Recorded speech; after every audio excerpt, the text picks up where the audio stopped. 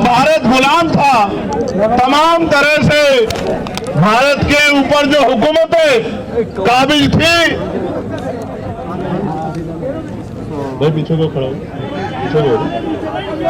जो हुकूमतें काबिज थी, यानी कि अंग्रेजों की सरकारें, उनके खिलाफ मिलकर लड़ाई लड़ी थी। और लड़ाई भी ऐसी नहीं लड़ी कि थाली में सजा के आजादी मिली हो, लड़ाई भी इस तरह लड़ी कि जाने कुर्बान करनी पड़ी।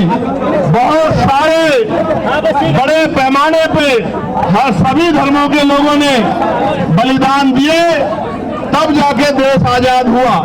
और आज जब देश को आजाद हुए 75 साल से ज्यादा हो गए हैं, तो जानबूझ के चाहे मुसलमान हो, चाहे सिख हो, चाहे क्रिश्चियन हो, चाहे बौद्ध हो, चाहे जैन हो, या कई जगह पर अन्य धर्मों के खिलाफ भी तमाम तरह से उनको उकसाने, डराने, दबाने और उनको अकेला महसूस कराने का जो षड्यंत्र किया जा रहा है, इसके खिलाफ हम, हमारा संगठन, हमारी पार्टी पूर्ण रूप से हर कमजोर के, हर गरीब के, हर मजलूम के साथ खड़े हैं। और जब तक ये गैर बराबरी पर आधारित व्यवस्था जो लोगों को डराने, दबाने, सताने का काम करेगी, हम अपने भाइयों का हाथ नहीं छोड़ने वाले। और मैं ये भी कहना चाहता हूं अपने भाइयों से भी, आज का कार्यक्रम जब वो रख रहे थे तो मैंने उनसे कहा कि जब आप कार्यक्रम करने जाएंगे तो आपके ऊपर झूठे मुकदमे लगा के जैसे आप सड़क पे आओगे आपको डराने का काम किया जाएगा। इसलिए इस काम की जिम्मेदारी जिन लोगों को, जो सबको अपना भाई बना के एकजुट होकर चलना चाहते हैं, उन भीम आर्मी आजाद समाज पार्टी के लोगों को अपने हाथों में उठानी चाहिए। क्योंकि जब आप वोट मांगने जाते हो तब तो आप सबसे वोट मांगते हो, बड़े बड़े वादे करते हो, और जब चुनाव निकल जाता है और गरीबों पे, कमजोरों पे जुल्म होता है, तो सारी पार्टियों की तरह आप भी इंतजार मत करो कि वो सड़क पे निकल के अपने आप लड़ाई लड़े।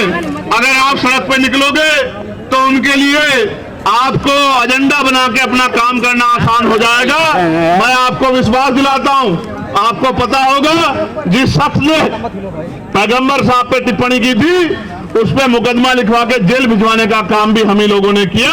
और हमारे लोगों ने गाजियाबाद में आंदोलन किया और अरेस्ट कराने का काम किया।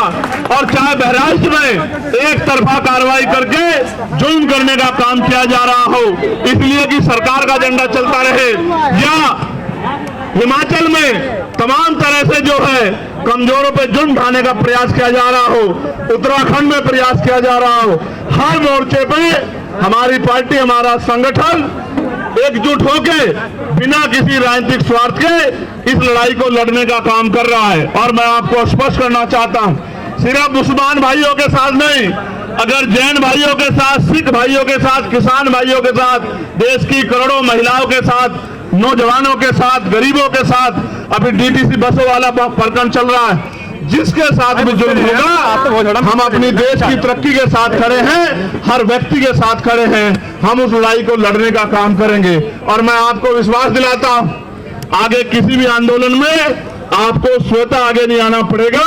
जब जब कोई जुल्म होगा, हम लोग उस लड़ाई को लड़ने का काम करेंगे। और याद रखना, ये जो आरएसएस के लोग हर जाति धर्म के लोगों में घुस गए, इनके विचार को मानने वाले लोग हर जाति में हैं, हर धर्म में हैं, इनसे भी हमें सावधान रहना पड़ेगा। क्योंकि जब हम इनकी बातों में आते हैं तो फिर जो है इनके मोहरे जो है हमारे लोगों को परेशान करने का काम करते हैं, सरकार के एजेंट बनने का काम करते हैं। इन एजेंटों से भी हमें सावधान रहने की जरूरत है और मिलकर इस लड़ाई को, ना कोई एक जाति ना धर्म, पूरे देश की लड़ाई है या नहीं है बताओ। अगर किसी पे भी जुल्म होता है तो पूरे देश को इकट्ठा खड़ा होना चाहिए, नहीं होना चाहिए। अगर किसी को सताया जाता है तो सबको उसकी आवाज उठाई जानी चाहिए। मैं आपको विश्वास दिलाता हूं, आप इसी पेड़ के नीचे हमने पहलवान बेटियों के सम्मान की लड़ाई भी लड़ने का काम किया था। आप सबको इस बात को याद रखना चाहिए। और आप जानते हैं पार्लियामेंट में भी उन पहलवान बेटियों के सम्मान की लड़ाई को लड़ने का काम आपके चंद्रशेखर आजाद ने किया था। और आज मैं आपको विश्वास दिलाता हूं, जिस तरह से जानबूझ के टारगेट करके मुसलमानों के खिलाफ हिंसा का और ये धर्म के आधार पे जो है अपमान करने का काम किया जा रहा है, पार्लियामेंट में आवाज उठा के इस पे कानून बनवाने का काम भी हम लोग करेंगे। मेरी इस बात को आप लोग याद रखना। लेकिन मैं आपसे भी कहना चाहता हूं कि अगर आप लोग एकजुट नहीं रहे तो आपकी एकजुटता ना रहने का फायदा दूसरे लोग उठाएंगे। हमें बुलडोजर, मैं फिर कहता हूं, पहले दिन से हम लोग बुलडोजर के खिलाफ रहे हैं और बुलडोजर की प्रक्रिया न्याय संगत है नहीं। हम संविधान को मानने वाले लोग हैं। ये बुलडोजर गरीबों पे नहीं चल रहा है, ये बुलडोजर भारत के संविधान पे चल रहा है और इस बुलडोजर का इलाज भी हम लोगों को करना पड़ेगा। मैं आपसे फिर कह रहा हूं, बुलडोजर से नहीं, आप अपनी एकता बना के रखिए। संविधान की ताकत से बुलडोजर भी निस्तानाबूद होगा और बुलडोजर चलाने वाली सरकारें भी निस्तानाबूद होंगी। मेरी बात को आप याद रखिए। मुसलमान भाइयों को मेरा ये कहना है संदेश के तौर पे कि आपको हजरत पैगंबर मोहम्मद साहब को पढ़ना भी चाहिए। पढ़ना चाहिए कि उन्होंने सारी उम्र इंसानियत के लिए काम किया, कमजोरों के लिए काम किया, मजलूमों के लिए काम किया, उनको मुख्य धारा में लाने का काम किया। जो काम आज हम लोग कर रहे हैं कि हर व्यक्ति बराबर का अधिकार उसको मिले, वही काम उन्होंने किया। और उनके बाद हजरत उमर साहब ने भी वही काम किया। आपको पढ़ना चाहिए। आज तो हमारे बादशाह देखिए कैसे, तब के बादशाहों में रब के बादशाहों में फर्क भी देखिए।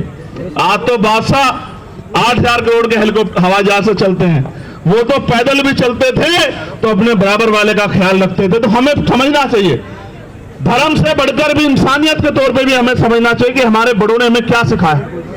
हम तो अगर हम उनके रास्ते पे चलेंगे तो कोई मुसीबत हम पे पाबंद नहीं होगी। हमें अपने बड़ों को पढ़ना चाहिए।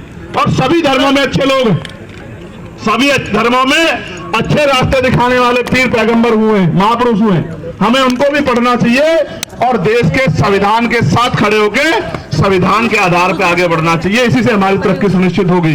और आपको मैं कहना चाहता हूं, मॉडर्न एजुकेशन स्वीकार करो, पढ़ो, डॉक्टर बनो, इंजीनियर बनो, वकील बनो, जज बनो, पटवारी बनो, सेक्रेटरी बनो, आईएएस बनो, आईपीएस बनो, सिस्टम का हिस्सा बनो और कुर्सी पर बैठ के अपने लोगों को आगे बढ़ाने का काम करो। इसके अलावा कोई रास्ता तरक्की में नहीं है। आजादी से पहले सरकारी नौकरियों में आपका क्या परसेंटेज था, आज क्या है आप देखो, कमी कहां रह गई।